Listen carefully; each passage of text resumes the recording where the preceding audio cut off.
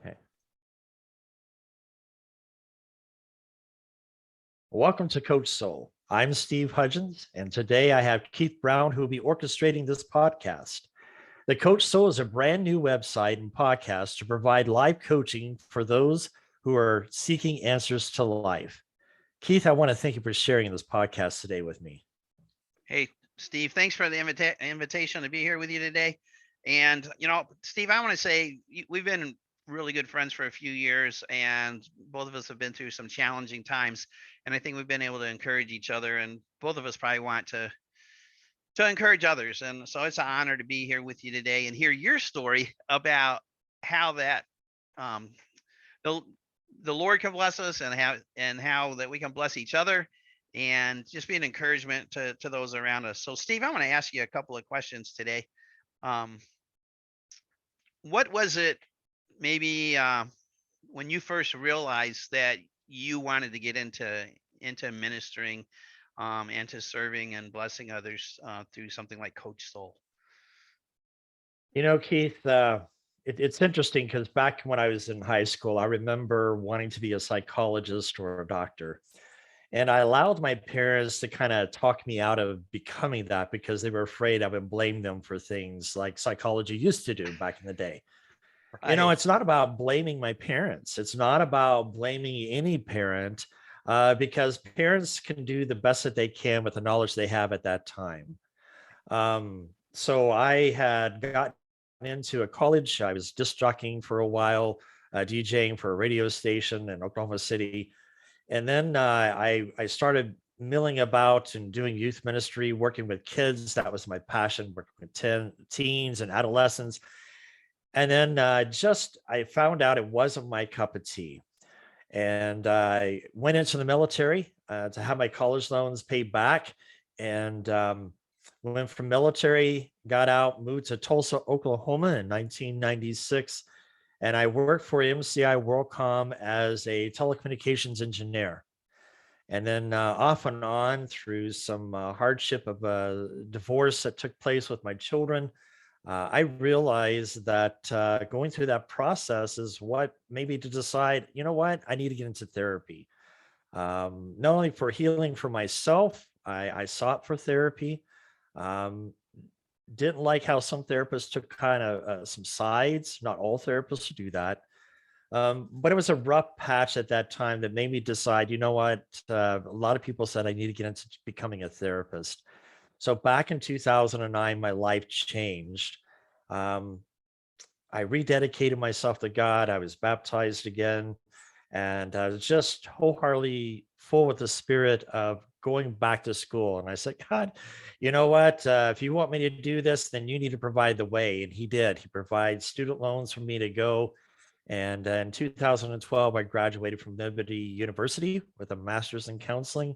And that started my journey in becoming a therapist. That's awesome that you're taking some of the challenges and the opportunities both that you've had in life, and allowing the Lord and a life to shape that in a way that is maybe helping you realize your greater calling in life, and serving and blessing other people. Well, I wish I could say it was easy, Keith. It really wasn't. It was a very difficult, challenging past in trying to reconcile my own demons, if you will, and working through those things. Not that I had anything that was addiction or anything. It was more of relationships, how to have healthy relationships.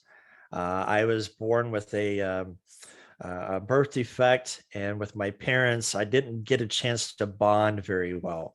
My dad was in the Air Force and served 26 years. Thank you for his service. I love my parents.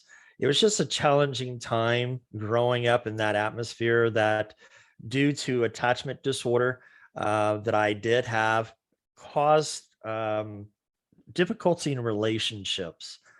And through therapy and becoming a therapist, it helped me to realize the passion that I have for people, because I realize I'm not the only one that's gone through this.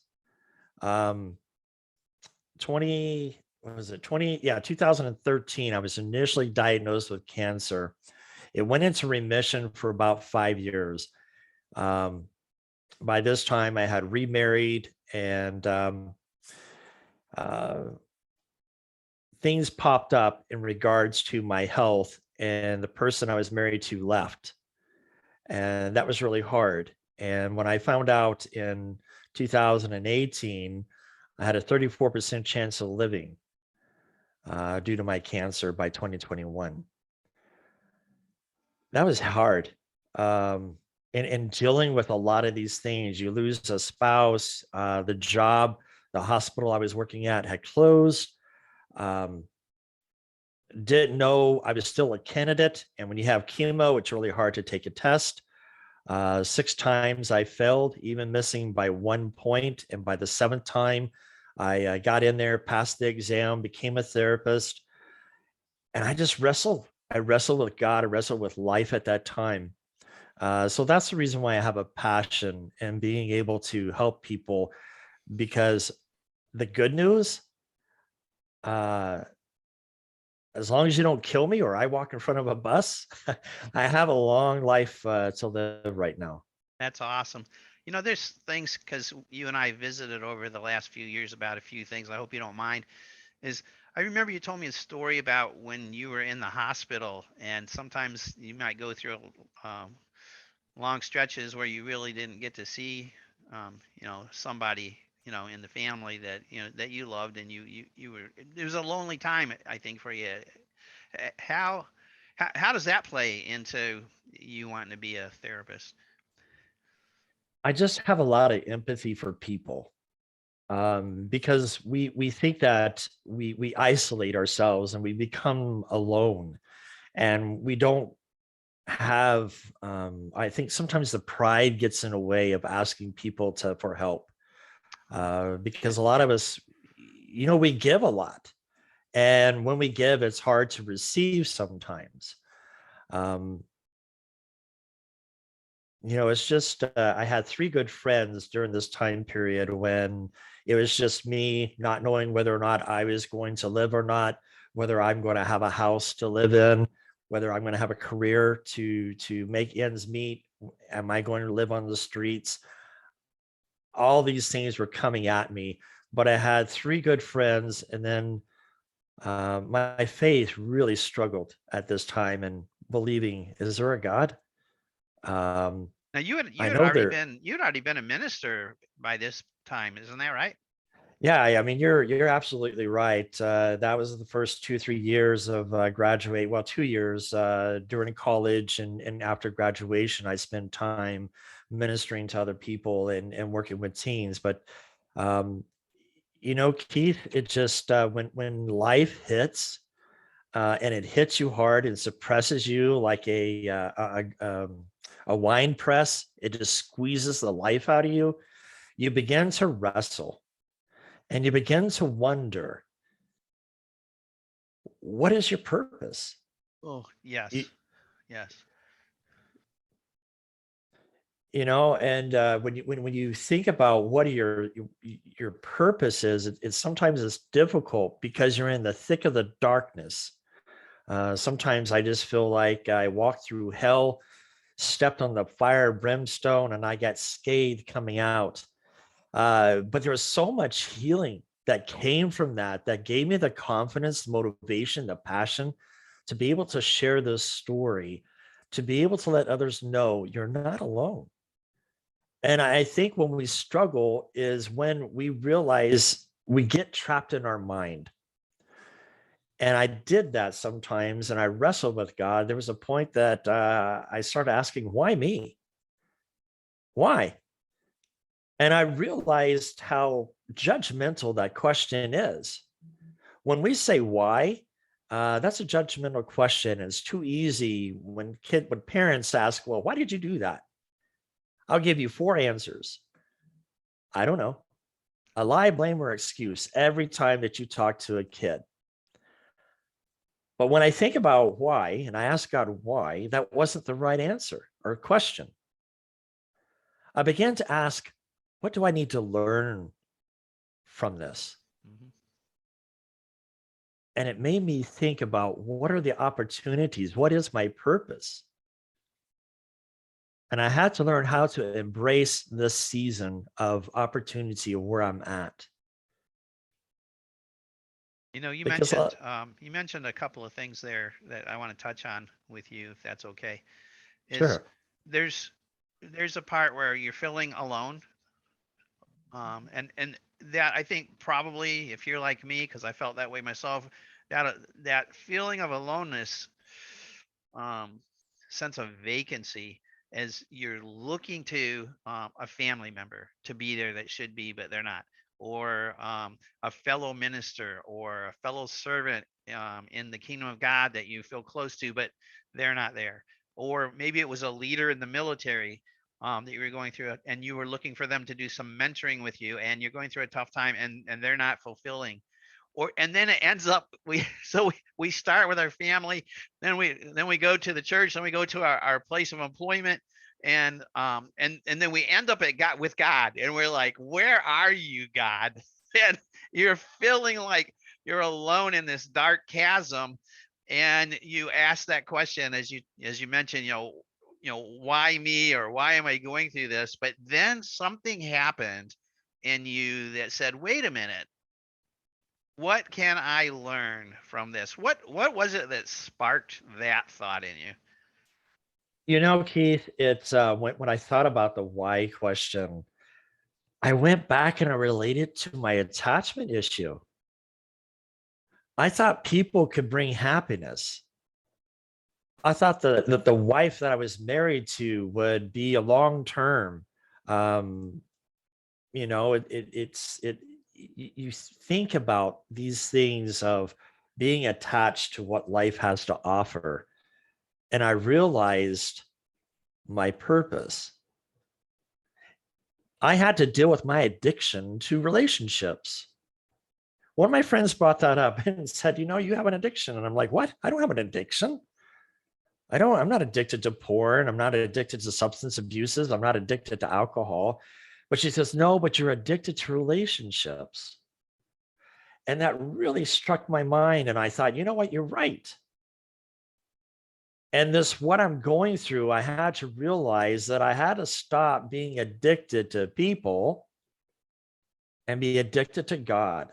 Mm, He needed me to be there first, not everybody else. mm. So as a minister myself, and have done a lot of pastoral counseling myself, I totally understand what you're saying. I got out of the military. I had childhood issues. I lost Marines in the military.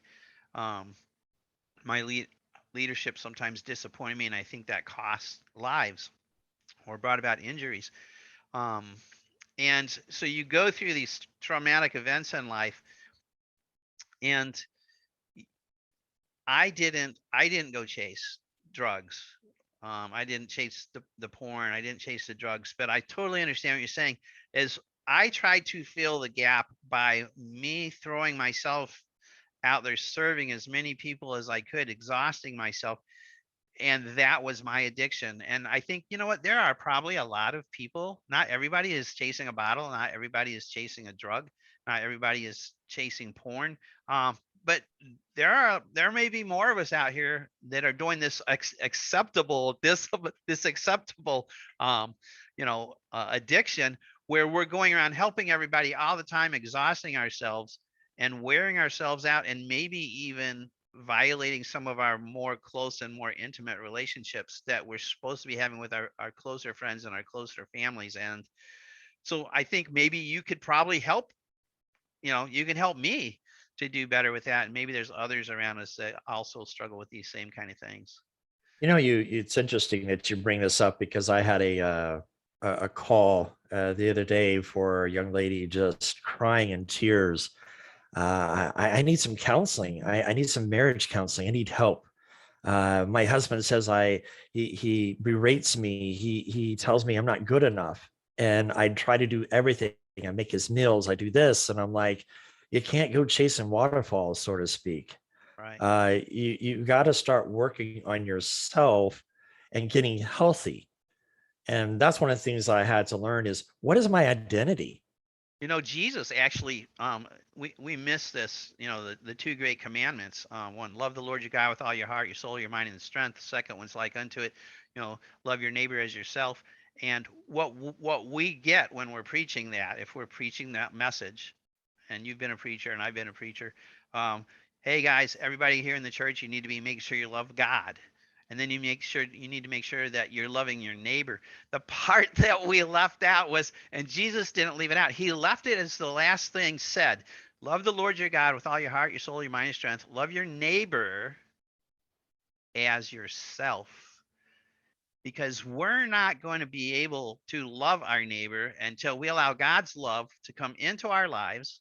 And then once that's there, we can take that back to our neighbor and share what God has imparted into us. And we have, in an unjust way, not intentionally, but put a burden on people by asking them to love God and love their neighbor, and never really taught each other how to love ourselves.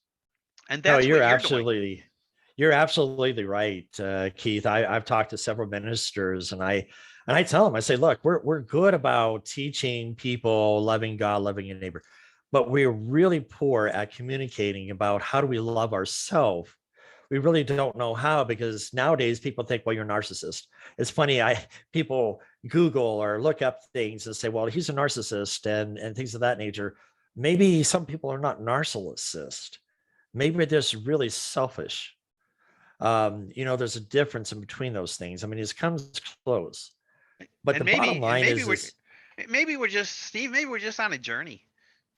And sometimes we're walking down the road of life and we go between the guardrails. Sometimes we're over to the left side of the road. Sometimes we're to the right side of the road. And when we even do this to ourselves, I judge myself. I judge myself so harshly. And you've probably been there. And what I think, we need to go on a journey with ourselves and with Jesus and not be so hard on ourselves. But in order for you to continue on your journey of helping other people and me continue on mine helping other people, we're encouraging each other right now. Don't judge ourselves so hard and so harshly that we put ourselves in a dark place and in a trap that we can't get out of to do the thing that we want to do. We're never going to be good enough, but Jesus is. no, you're absolutely spot on. And it's difficult to look at things. It's almost like Michael Jackson, The Man in the Mirror. We got to, it's a tough look when we look at that mirror, especially the emotional, the feeling, the physical side of things. When we look at that, we don't want to face what we see. And we have to correct that vision a little bit better, and knowing that um, we're better than what we're seeing. We just have to get outside of our mind. We allow our mind to trap. Uh, our thoughts are like chains. They prison us into our mind and don't allow us to escape outside of that. A lot of people, it's what I call the little hurt child on the inside. We've Oh been yeah. hurt as a child and we stay there. But it's learning, how do I come out? It's how do I come outside of myself? And what I had to learn through all the hell that I've been through, and life is overwhelming abundant right now for me. Um, and I know there's going to be another season that's coming.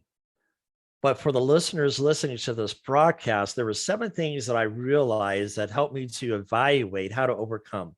One, it's willpower. I admire those who went through the Holocaust, and their willpower was their mindset of thinking about positive things. Today's society, we have so much negativity, politics, news, lying about things. It takes a toll on us. And then when we get into our personal lives and we have negativity, we got commercials that says, if you don't buy our product, you're not good enough until you have our product. So it takes willpower to be able to push through what you're going through. Second, it takes motivation to stay focused. Weed out these negative messages.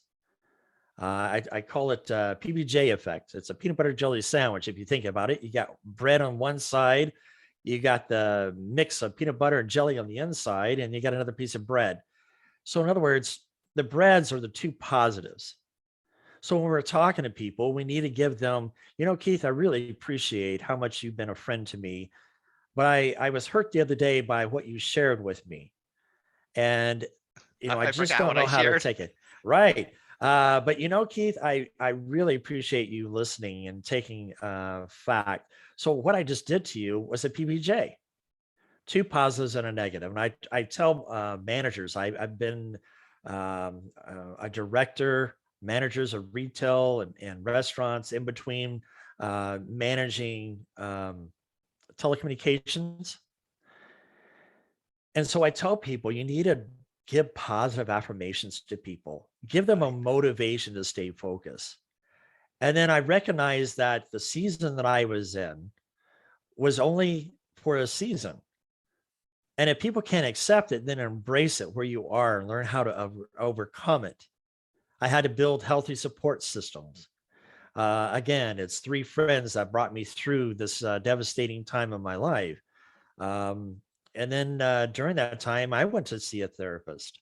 We used to be in a culture where we didn't think about a therapist. Oh, that's taboo. You're crazy. You're nuts. No, actually, it's a sign of strength and courage when you recognize I need to go talk to somebody, a professional, about how to heal. And then I found things of interest. Photography is one of my great hobbies. I like going out to landscapes, waterfalls, you name it. I enjoy photography and taking the time and sharing my photos. Yeah. Amen.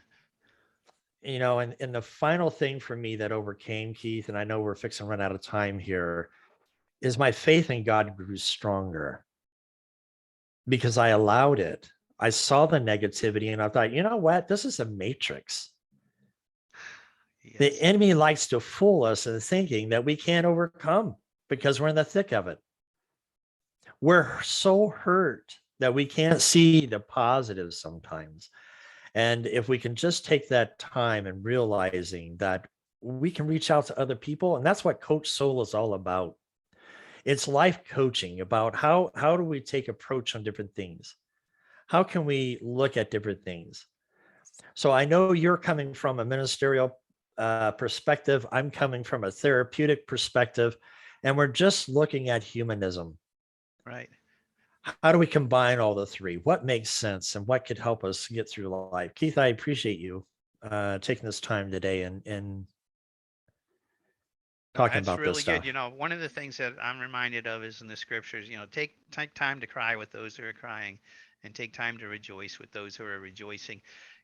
You don't have to be on just one singular track. Life is sometimes very broad and goes off in myriad different ways, and it's a journey. And Steve, you and I have been on a journey together for several years, and you've been a really big blessing to me.